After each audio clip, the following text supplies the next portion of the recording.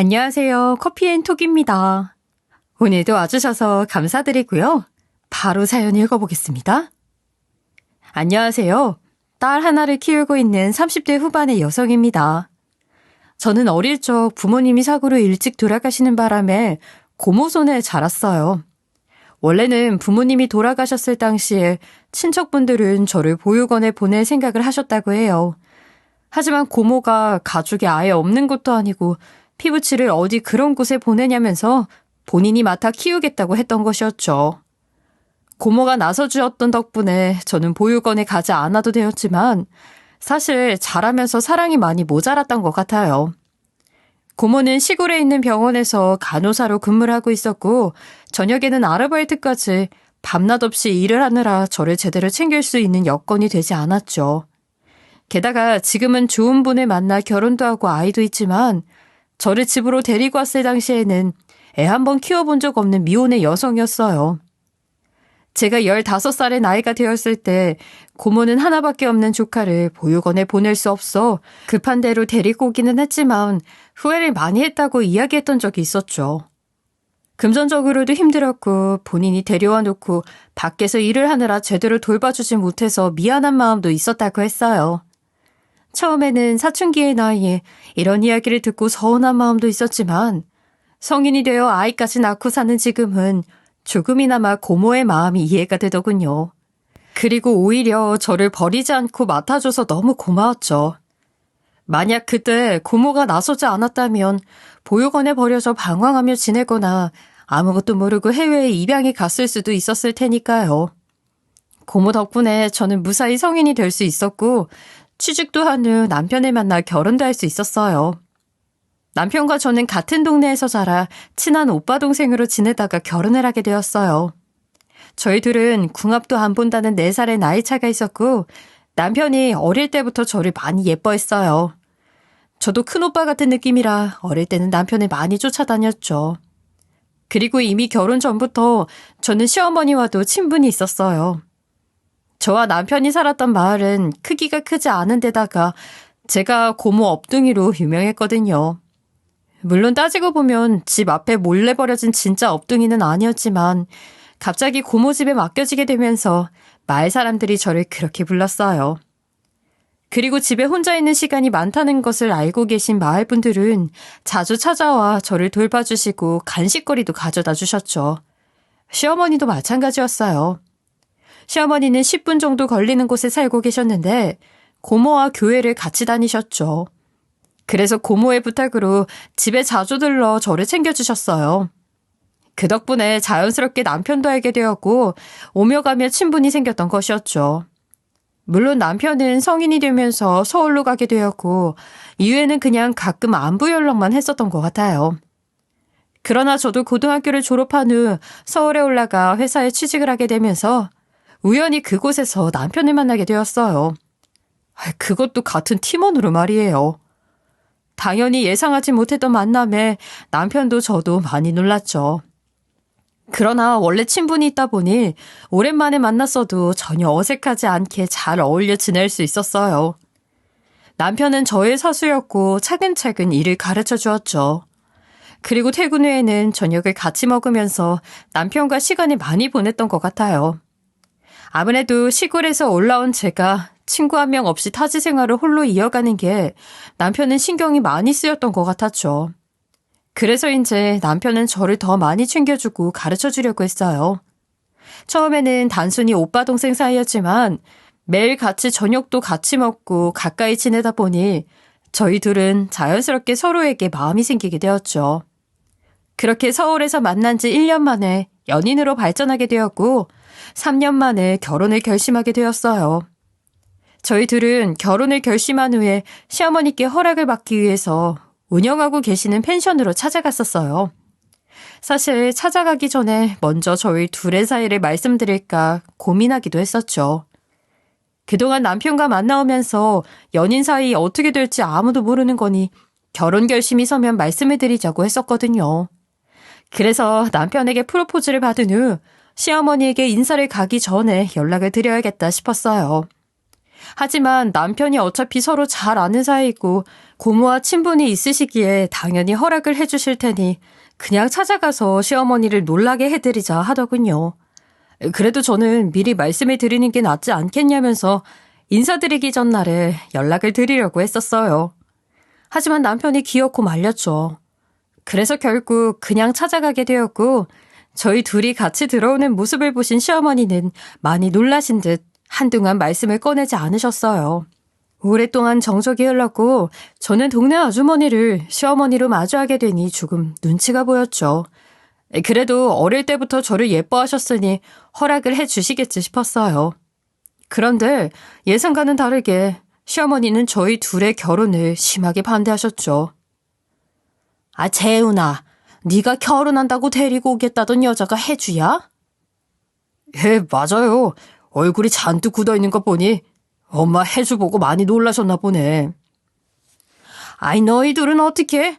아무리 세상이 좁다고 하지만 서울 땅이 좁은 것도 아니고 너희 둘이 어떻게 이렇게 이어져? 혜주가 4년 전에 내가 다니는 회사에 입사를 해서 만나게 됐어. 하늘이 이어준 운명인 거지. 내가 근무하는 팀으로 들어왔더라고요. 하늘이 이어준 운명은 무슨? 혜주 같은 애를 왜 너한테 가져다 붙여? 어머니, 나는 너희 둘 결혼 절대 허락 못한다. 너도 양심이 있다면 우리 아들이랑 결혼하겠다고 여기 찾아오면 안 되지.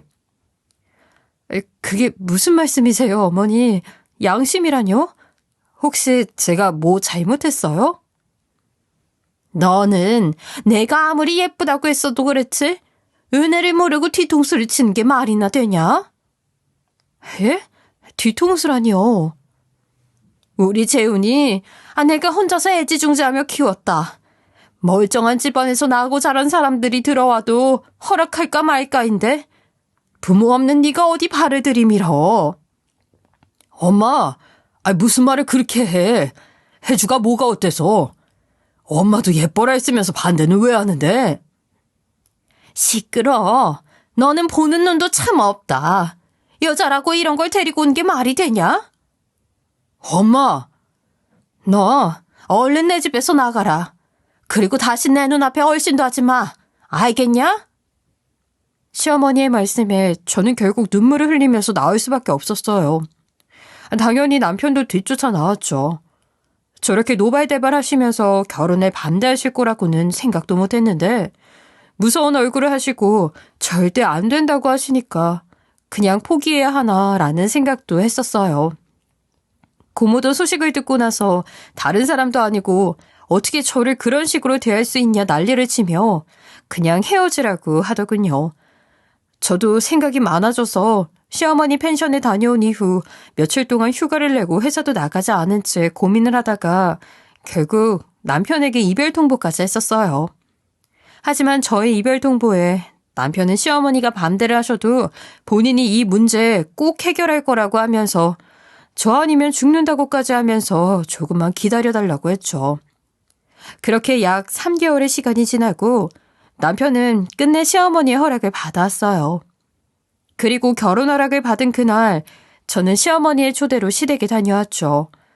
사실 고모는 소식을 듣고 허락을 받았어도 걱정이라면서 웬만하면 남편과의 결혼을 다시 생각해보면 안 되겠냐고 했어요.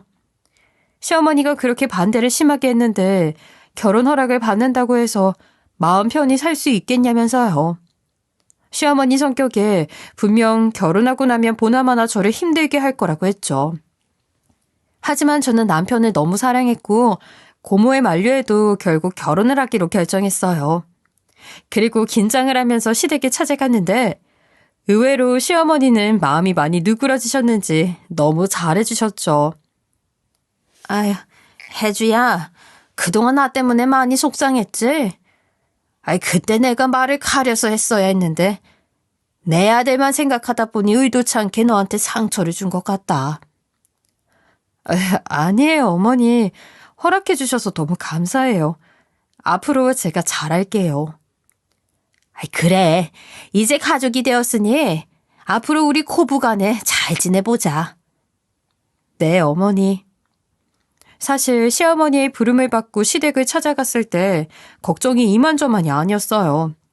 왠지 고모도 남편과의 결혼을 뜯어말리는 듯한 느낌이었고 이전에 시어머니께서 하신 몇몇 말씀들이 마음에 남아 있었거든요. 하지만 막상 시댁에 찾아가 보니 시어머니께서 앞으로 잘 지내보자고 먼저 이야기를 꺼내주시니까 조금이나마 마음이 편해지더군요. 그리고 시어머니와 잘 지낼 수 있을 것 같다는 생각이 들었죠. 그렇게 저와 남편은 무사히 시어머니의 허락을 받고 곧바로 결혼 준비를 시작했고 얼마 지나지 않아 가까운 친척들과 지인들만 모시고 스몰 웨딩을 올렸어요. 그리고 둘 다 서울에서 회사를 다니고 있다 보니 신혼집도 서울에 있는 조그마한 아파트에 차리게 되었죠. 그래서 저는 시어머니에 대한 부담감도 덜 수 있었던 것 같아요. 만약 시댁과 가까운 곳에 살림을 차리게 되었다면 시댁 스트레스를 많이 받았겠죠. 아무리 시어머니께서 마음이 누그러져 앞으로 잘 지내보자고 말씀하셨다고 해도 며느리에게 시어머니는 언제까지나 어려운 사람일 수밖에 없잖아요. 그래도 서울에서 시작한 덕분에 저는 마음 편히 남편과의 결혼 생활을 시작할 수 있었죠. 하지만 저보다 먼저 결혼을 한 친구들은 아무리 멀리 살더라도 시어머니가 연락도 없이 집에 찾아오기도 하니까 방심은 금물이라는 조언을 해주더군요. 특히 신혼 때 이런 일이 종종 발생하니까 책 잡히지 않도록 조심하라고 했어요. 하지만 저는 절대 그런 일은 없을 거라고 확신했죠. 왜냐하면 시어머니는 현재 혼자서 옆 동네 펜션을 지어놓고 장사를 하고 계시거든요. 나름 관광지 주변에 있는 펜션이다 보니 성수기 때는 손님들로 꽉 찰 정도로 인기가 좋았어요. 게다가 펜션의 위치가 너무 좋아서 그런가 비수기라고 해도 항상 예약이 2팀 이상했고 주말에는 방이 남지 않아 있는 경우도 종종 있고요.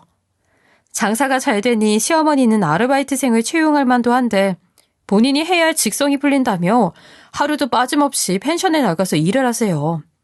덕분에 손님들의 만족도는 꽤 높은 편이에요. 시어머니도 손님들의 반응이 좋으니 기분이 좋아져서 더더욱 열심히 하시더라고요.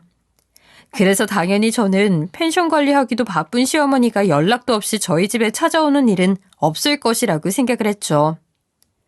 그러나 저의 생각과는 다르게 시어머니가 연락도 없이 찾아오는 일이 종종 생기더라고요. 한 번은 저희 부부가 살림을 차린 지 2년 정도 되었을 때 남편과 같이 퇴근을 해서 집에 들어갔는데 시어머니가 저희 안방에서 주무시고 계신 모습을 보게 되었죠. 처음에는 집에 불이 다 꺼져 있는데 저희 침대에 사람 형체만 보이니 도둑이 들었나 싶었어요. 남편도 저도 놀라 소리를 지르면서 급하게 불을 켰더니 시어머니도 깜짝 놀라서 무슨 일이냐며 벌떡 일어나더군요. 도둑이 아니었으면 천만다행이었지만 사실 시어머니를 마주하고 굉장히 당황스러웠어요. 비밀번호를 알려드린 적이 없는데 어떻게 집에 들어오신 건지도 의문이었고 다른 곳도 아닌 부부 침실에 그것도 침대에 대자로 뻗어 주무시는 게 황당하고 어이가 없었죠. 하지만 시어머니는 황당해서 말을 잃은 저희 부부를 보고도 처연덕스럽게 깜짝 놀랐다며 소리는 왜 지르냐고 하시면서 거실로 나가셨어요. 처음에는 남편이 시어머니에게 비밀번호를 말씀드린 건가 싶었죠. 그래서 옷을 갈아입고 나가겠다며 급하게 방문을 닫고 남편에게 따져 물었어요. 그런데 남편은 시어머니께 비밀번호를 알려드린 적이 없다면서 본인은 결백하다고 펄쩍 뛰었죠. 남편의 반응을 보니 정말로 억울함이 가득해 보였어요. 평소에 거짓말을 술술하는 사람이라면 당연히 잡아떼지 말라고 난리를 쳤을 거예요. 하지만 남편은 이런 일로 거짓말을 할 사람이 아니었기에 저는 믿을 수밖에 없었죠. 그런데 아무리 생각해도 시어머니가 비밀번호를 알고 집에 들어와 있다는 게 이해가 되지 않았어요. 정말 귀신이 고칼 노릇이었죠. 남편도 이상하다 생각했던 것인지 본인이 식사를 하면서 살짝 물어보겠다고 하더라고요.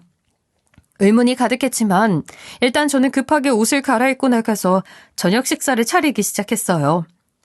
그래도 다행히 전날에 장을 봐놔서 이것저것 만들 수 있었죠. 그렇게 시어머니와 식사를 하고 있던 도중 남편은 은근슬쩍 이야기를 시작했어요.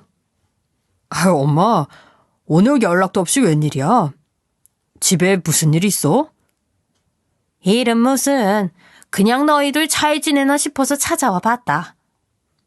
그래?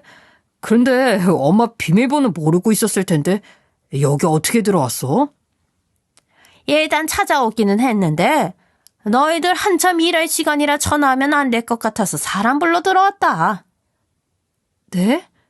어머니, 사람을 불러 들어왔다니요? 그게 무슨 말씀이세요? 문 닫는 사람한테 연락해서 내 집이라고 하고 들어왔다고. 저는 아무렇지 않게 문을 따고 들어왔다는 이야기를 하는 시어머니를 보며 할 말을 잃었어요. 남편은 시어머니의 말을 듣고 황당했는지 급하게 저의 눈치를 살피기 시작했죠. 하지만 시어머니는 싸늘해진 집안 분위기를 전혀 신경 쓰지 않은 채 식사를 계속 이어가셨어요. 사실 저는 심한 결혼 반대도 겪었기에 가능하면 시어머니와 부딪히는 일 없이 잘 지내고 싶었죠. 그렇지만 예고도 없이 이렇게 불쑥 찾아오거나 허락도 없이 사람을 불러 문을 따고 집에 들어오는 일이 계속 생겨나게 되면 저도 참을 수가 없을 것 같았어요. 그래서 저는 시어머니에게 최대한 좋게 주의를 드리려고 했죠. 어머니, 다음부터는 사람 부르지 마시고 차라리 저희한테 오시기 전에 연락을 해주세요. 너희들 생각해서 그랬다니까. 저도 잘 알고 있는데요. 그래도 사람 불러 문을 따고 들어오시면 저희도 당황스럽고 나중에 문제가 될 수 있어요. 무슨 문제? 내가 내 아들 집에 들어오겠다는데 문제가 될 게 뭐가 있어? 어머니, 이 아파트가 보안을 중요하게 생각해서 담당 경비원들이 집집마다 누가 살고 있는지 다 파악하고 있어요.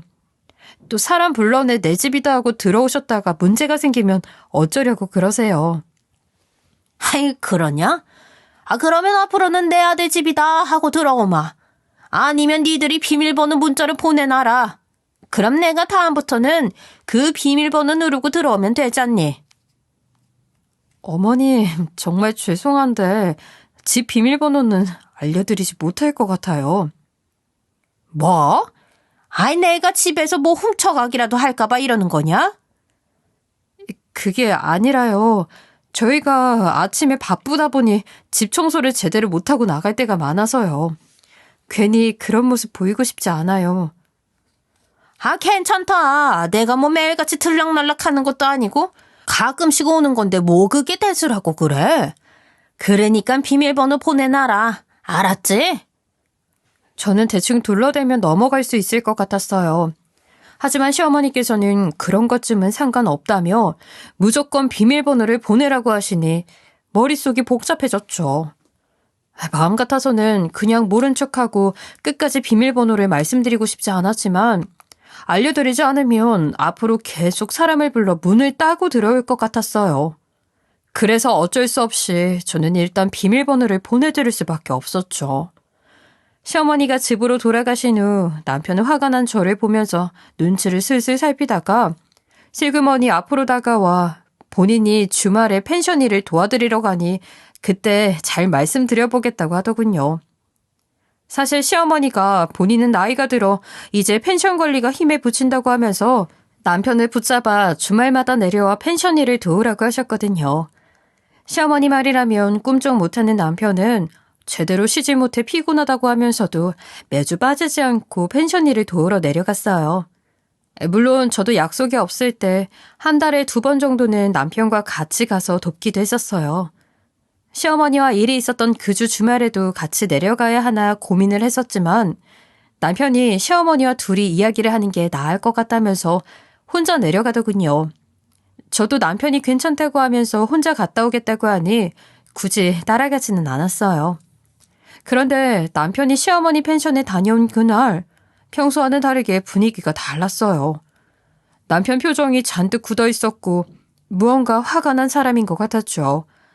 그래서 저는 시어머니와 이야기가 잘 안 되어서 혹시 싸우고 온 건가 하는 생각에 남편을 달래주려고 했었어요. 그러나 이상하게 남편은 달래주려는 손을 일부러 쳐내고 저를 경멸하듯이 쳐다보더군요. 처음에는 그냥 기분이 나쁜 일이 있나 보다 생각을 했었어요. 그런데 며칠이 지나도 남편이 저를 대하는 태도는 변하지 않았죠.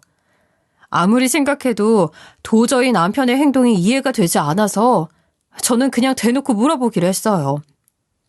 당신 요즘 나를 대하는 태도가 왜 그래? 내가 뭐 잘못했어? 어머니 펜션에 다녀온 이후로 왜 그렇게 화가 나 있는 건데? 그걸 몰라서 물어?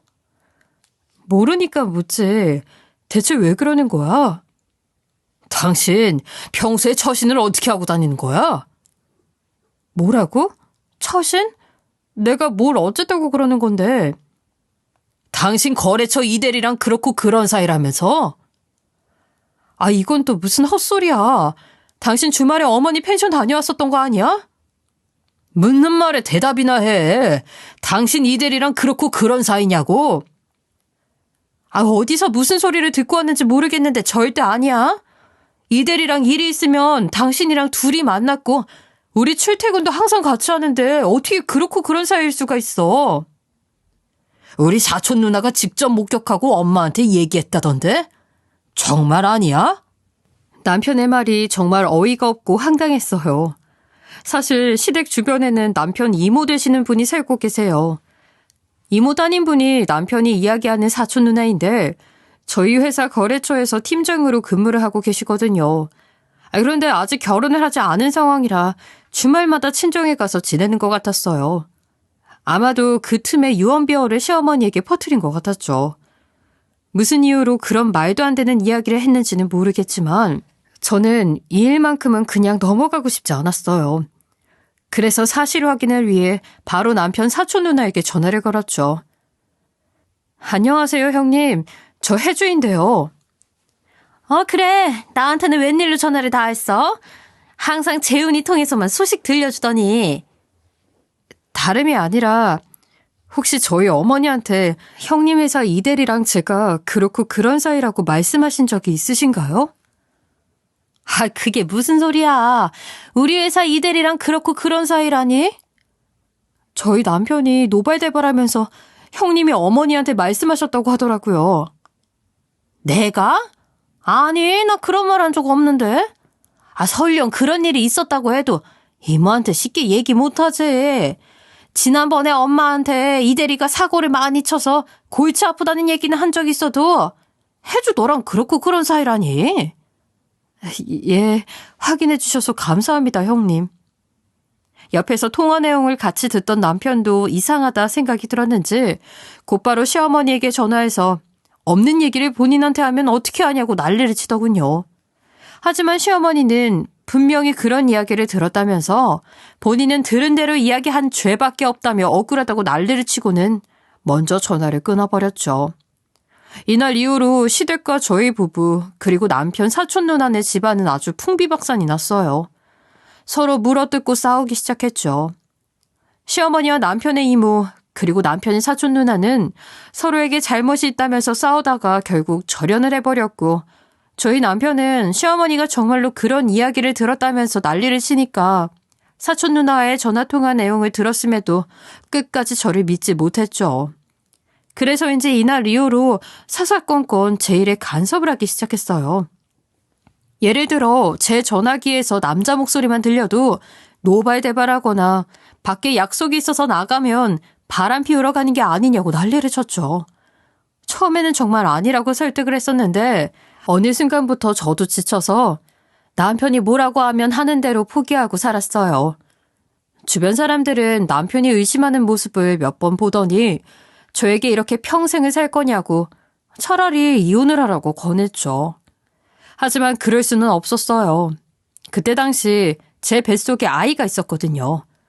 물론 저도 아이가 생기지 않았다면 진작에 헤어지고 끝냈을 거예요. 그러나 엄마로서 아직 태어나지도 않은 아이에게 아버지의 존재를 빼앗을 수가 없었어요. 그래서 저는 남편이 저를 믿고 예전으로 돌아갔으면 하는 마음으로 살았던 것 같아요. 그래도 다행인 것은 남편이 매주 주말마다 시어머니 펜션 일을 돕는다면서 내려가니까 그나마 제가 숨을 쉬고 살 수 있었다는 것이었죠. 처음에는 아무리 효자라고 해도 그렇지 어떻게 한 주도 빼먹지 않고 펜션 일을 돕는다고 내려가냐면서 정말 싫어했었어요. 그러나 평일 내내 남편에게 이런저런 의심을 받으면서 살다 보니 오히려 매주 주말마다 펜션 일을 도우라며 남편을 불러들인 시어머니에게 감사하게 되더군요. 그렇게 저는 남편이 없는 주말마다 짧은 행복을 느끼면서 몇 년을 살았던 것 같아요. 그런데 어느 날 여느 때와 같이 시어머니 펜션 일을 돕겠다고 내려갔던 남편이 갑자기 사라지는 일이 생겼죠. 저는 평소처럼 주말이 끝나는 일요일 저녁에 남편이 집에 들어올 것으로 생각하고 있었어요. 그런데 이상하게 그날따라 연락도 없이 외박을 하고 집에 들어오지 않았죠. 처음에는 집에 오는 길에 친구들이랑 어디서 술 한잔하고 못 들어왔나 보다 단순하게 생각을 했어요. 그러나 월요일에 회사 동료로부터 집에 무슨 일이 있는 거냐고 연락이 오더군요. 당시 제가 아이를 낳고 육아휴직 중에 있어서 회사에 나가지 않는 상태였거든요. 갑작스러운 동료의 전화를 받고 저는 이게 무슨 일인가 싶었죠. 저희 남편이 연락도 없이 결근을 할 사람이 아니라는 것을 누구보다 잘 아는데 이런 전화가 오니까 그때부터 불안해지기 시작했어요. 그때 저는 별의별 생각을 다 했던 것 같아요. 일단 저는 동료의 전화를 받고 나서 남편에게 급하게 연락을 해보게 되었죠. 평소 같으면 거의 바로 전화 연결이 되는 사람인데 이상하게 통화 연결음이 끝까지 갔는데도 연결이 되지 않았어요. 전화 연결이 되지 않는 것을 보면서 분명 무슨 일이 있구나 싶었죠. 일단 저는 경찰서에 신고를 하기 전에 혹시나 시댁에 가 있는 것은 아닌가 싶어서 시어머니에게 전화를 해보았어요. 그런데 시어머니는 다 큰 성인 남자가 밖에서 일이 있을 리가 있겠냐면서 어디서 바람이라도 쐬고 있을 거라며 일단 며칠 기다려보자는 말씀을 하시더군요. 아들이 무단결근에 연락이 되지 않는다는데 아무 일도 아니라는 듯 말씀하시는 게 조금 당황스러웠어요. 하지만 일단 시어머니 말씀도 일리가 있으니 저도 며칠 기다려보기로 했죠. 그러나 남편은 2, 3일이 지나도록 연락이 오지 않고 집에 들어오지 않았죠. 그래서 저는 결국 걱정되는 마음에 경찰서에 신고를 할 수밖에 없었어요. 경찰서에서는 남편이 며칠 동안 들어오지 않고 무단결근에 전화 연결이 안 된다고 하니까 성인 실종은 범죄에 연루되지 않은 이상 단순 가출로 보고 있다며 기다려보라고 하더라고요. 하지만 2주일이 넘게 기다려보아도 남편은 어디서도 찾을 수가 없었죠. 시어머니도 2주일이 지나도록 남편을 찾을 수가 없으니 거의 포기 상태였어요. 시어머니는 제가 경찰에 신고를 했을 때부터 거의 매일 저희 집을 들락날락 하셨어요. 아무리 제 앞에서는 아무렇지 않은 척을 했어도 아들이 없어졌는데 걱정이 되셨던 거겠죠. 경찰서에서는 별다른 조치를 취해줄 수가 없다고 하니 시어머니도 저와 같은 생각을 하셨는지 제 손을 잡고 한참 동안 눈물을 흘리더군요. 그런 시어머니의 모습을 보면서 저도 같이 눈물을 흘릴 수밖에 없었죠. 그렇게 2년이란 시간이 흘렀어요.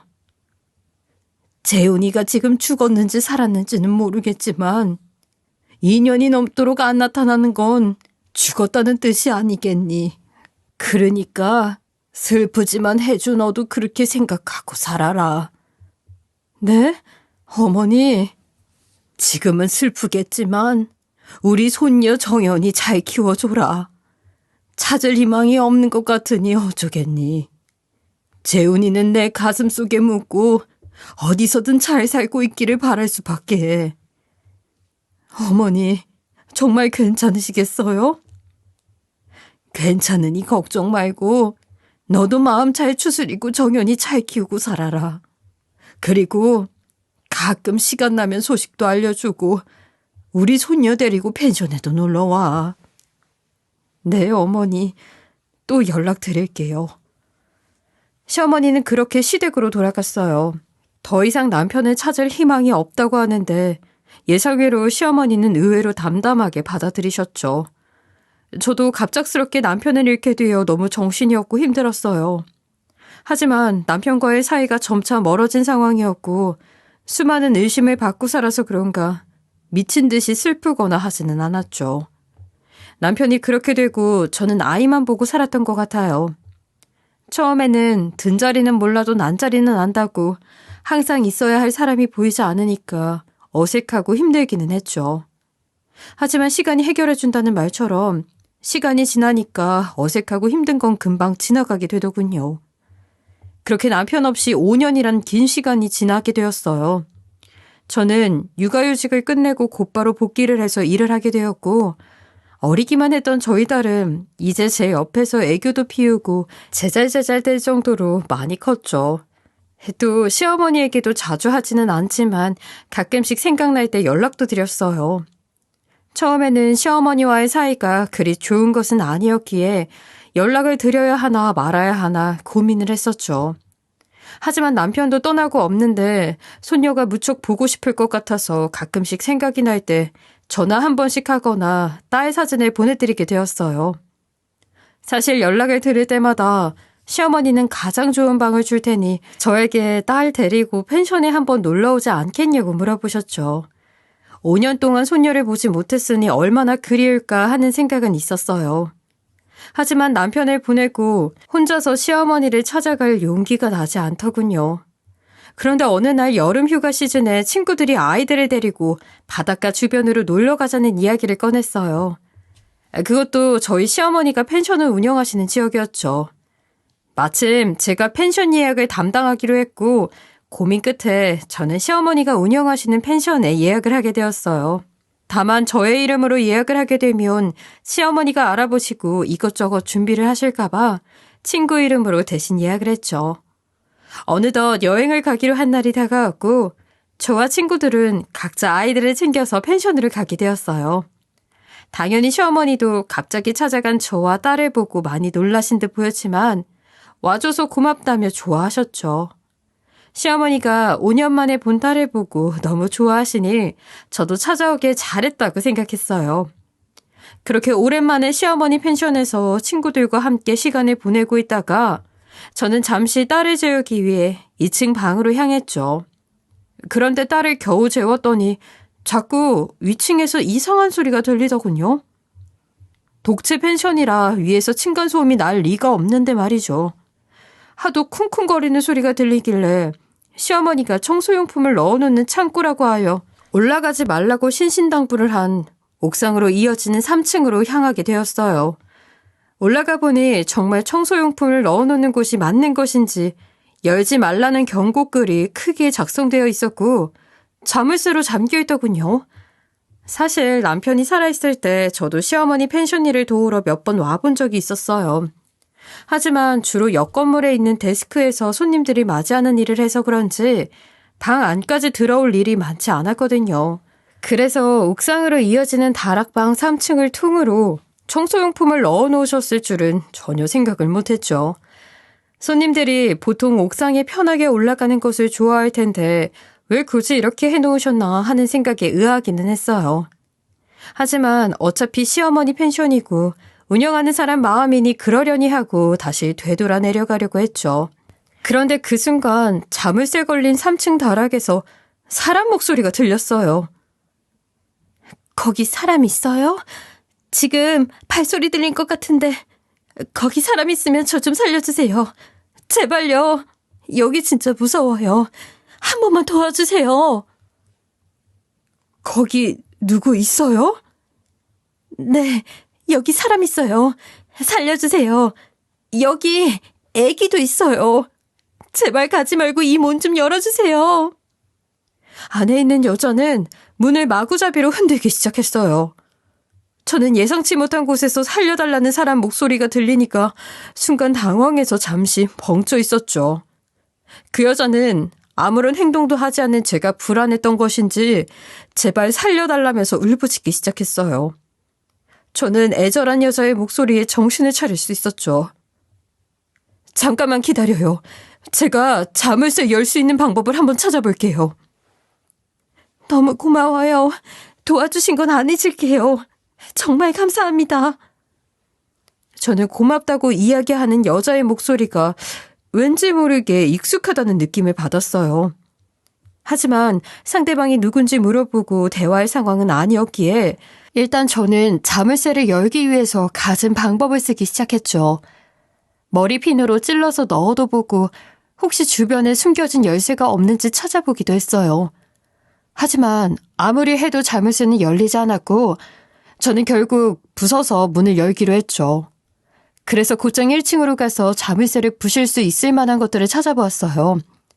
친구들은 여기저기서 막 뒤적거리는 저에게 술에 취한 거냐고 갑자기 뭐 하는 거냐고 묻더군요. 그러나 저는 대답 없이 1층에 있던 소화기를 가지고 3층으로 올라갔죠. 당연히 놀란 친구들은 제 뒤를 쫓아왔어요. 그리고 안에 갇힌 여자의 목소리를 듣고 한마음 한뜻이 되어서 자물쇠를 부수기 시작했죠. 얼마 지나지 않아 자물쇠는 부서졌고 굳게 닫혀있던 3층 다락방의 문이 열렸어요. 곧이어 저는 살려달라 울부짖던 여자를 마주하게 되었고 얼굴을 보자마자 놀라서 쓰러질 뻔했죠. 그 여자는 바로 어릴 적 같은 동네에서 자란 아는 동생이었거든요. 그 동생은 할머니 손에 자랐고 정신연령이 낮아서 사람들이 바보라고 불렀어요. 그래도 완전히 아기 수준으로 낮은 정신연령이 아니어서 곧잘 말을 잘했고 다행히 상황을 이해해주는 좋은 남자를 만나게 되어서 저보다 먼저 결혼을 했거든요. 그래서 잘 살고 있는 줄 알았는데 왜 다른 곳도 아닌 시어머니 펜션 다락방에 갇혀서 살려달라고 한 것인지 이해가 되지 않았죠. 지우야, 너 이게 어떻게 된 거야? 왜 여기 갇혀서 살려달라고 그러는 거야? 혜주 언니 맞지? 여기 못된 아줌마가 나 이 방에서 못 나오게 했어. 뭐? 우리 어머니가? 왜 너를 여기다 가둬? 네 남편은 어디 있고? 그리고 저 남자아이는 누구야? 내 남편은 5년 전에 하늘나라에 갔어. 그래서 집으로 돌아왔는데 할머니 집은 친척들이 다 팔아서 다른 사람들이 살고 있더라. 마침 지나가던 아줌마가 나를 발견하고 같이 살자고 해서 우리 아들 데리고 온 거야. 그런데 데리고 오자마자 일만 시키고 나한테 어떤 남자랑 살라고 했어.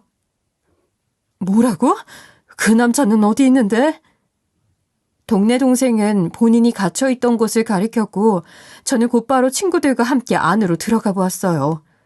다락방 안은 완전히 술병으로 가득했고 지저분했죠. 언뜻 봐도 사람이 살 수 있는 곳이 아니었어요. 안쪽으로 더 들어가 보니 방이 하나 더 있었는데 그곳에서 남자가 심하게 코를 고는 소리가 들리더라고요. 친구들과 문을 열고 들어가 보니 예상대로 어떤 남자가 한 명 있었는데 저는 그 남자 얼굴을 보고 정신을 잃을 뻔했어요. 그 남자는 5년 전에 죽었다 생각한 제 남편이었거든요. 아마도 지우는 어릴 때 집에만 있어서 같은 동네에 살았어도 남편을 몇 번 본 적이 없었고 성인이 된 후 일찍 결혼을 했기 때문에 남편을 전혀 기억 못하는 것 같았죠. 그래서 어떤 남자라고 표현을 한 것 같았어요.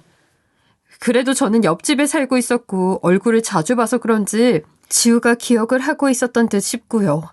친구들은 그동안 남편과 제 사이에 있었던 일들을 알고 있었기에 이게 무슨 일이냐고 난리를 치면서 술에 취해 잠들어 있는 남편 놈을 흔들어 깨우기 시작했죠. 그러자 남편은 소리를 지르면서 일어났고 저와 친구들의 모습을 보고 놀랐는지 눈이 커져서 아무 말을 못했어요. 당신 지금까지 나랑 우리 딸 버리고 여기 숨어 있었던 거야? 대체 왜? 그게 빨리 말 안 해? 그게 엄마 도움 받으면서 편하게 살고 싶어서. 뭐라고? 그게 말이 된다고 생각해? 그럼 어머니도 다 알고 당신이 실종돼서 이 세상 사람 아닌 척 연기를 했다는 거네? 알고 있었지. 근데 엄마가 더 원하는 일이었어. 그럼 차라리 이혼을 하자고 하지. 왜 이런 짓거리를 한 건데? 이혼하면 양육비 깎여야 되잖아. 네가 제정신이야? 네가 애 아빠가 맞긴 하니? 이혼해서 양육비 주기 싫다고 죽은 사람이 되는 게. 그리고 멀쩡한 지우는 왜 데려다가 일 시키고 당신이랑 살게 하는데? 마누라는 없어도 여자는 옆에 하나 끼고 있어야지. 그리고 엄마가 데려왔지 내가 데려왔냐? 막말로 쟤도 멍청하니까 여기까지 따라온 거 아니겠어? 남편의 말에 저는 기가 막혀서 말을 이어나가지 못했어요. 옆에 있던 친구들도 미친 사람이라고 욕을 하면서 난리를 쳤죠. 그런데 저희 방이 시끄러우니까 옆 독채 펜션 사람들이 민원을 넣었나 봐요. 시어머니가 뭘 얼마나 신나게 노는데 옆에서 조용히 시켜달라고 민원을 넣냐면서 제 발로 찾아왔더군요. 그리고 알아서 3층으로 올라왔는데 굳게 닫혀있던 문이 열려있고 지우와 아이가 밖으로 나와 있으니까 많이 당황했나 봐요. 시어머니는 헐레벌떡 도망을 가려고 했죠. 하지만 가까이 있는 친구들이 도망을 못 가게 붙잡았고 전 전후 사정을 들을 수 있었어요. 어머니, 어떻게 이러실 수 있으세요? 저 인간 멀쩡히 살아있고 어머니 펜션에 있는데 왜 죽은 사람으로 만들었냐고요. 게다가 죄 없는 지우는 여기다가 왜 데려다 놓으셨는데요? 쟤는 그냥 일 시키려고 데리고 온 애야. 내가 걷어들인 애라고. 그러니까 당연히 네 남편 수발 들고 펜션 일 도와야지. 그리고 네 남편 일은 내가 그러자고 했어. 대체 왜요? 네가 오죽 싫었으면 내가 그랬겠냐. 너랑 헤어지게 만들려고 그랬다. 겨우 마음 돌려서 결혼시켰더니 살가운 구석 하나 없고 네 남편 힘들게 하는 게 애미로서 보기 싫었다. 그래서 죽은 사람 만들고 꽁 대신 닭이라고 저 대신 지우 데려다 놓으셨다고요? 뭐 어떠냐?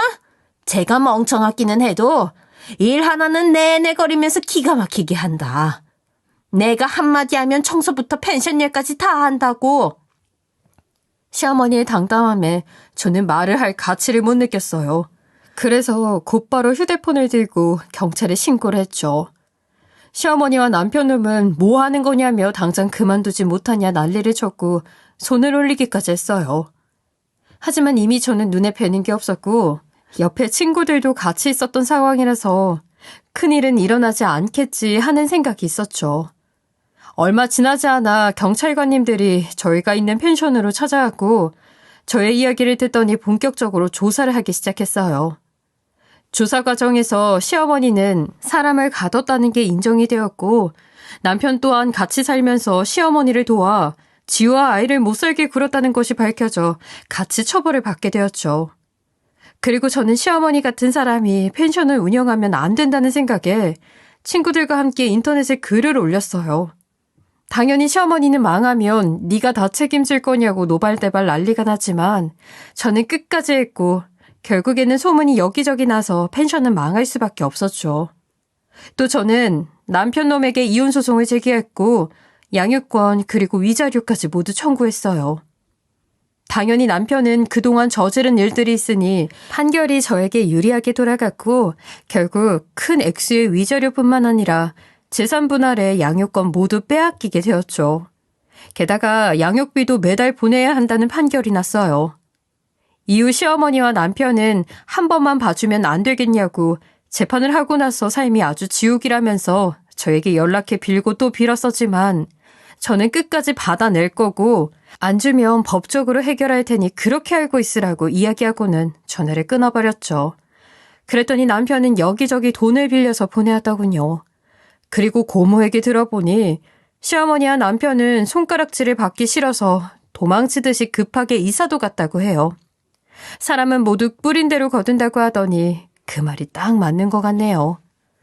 지금 생각해도 정말 기가 막히고 황당한 일이었지만 저는 딸을 위해서라도 이번 사연을 끝으로 더 이상 이 일은 생각하지 않으려고 해요.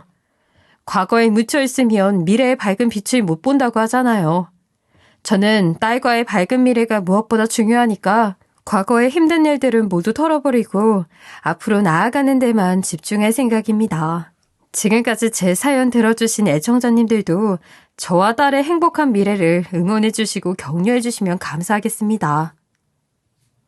지금까지 커피앤톡이었습니다.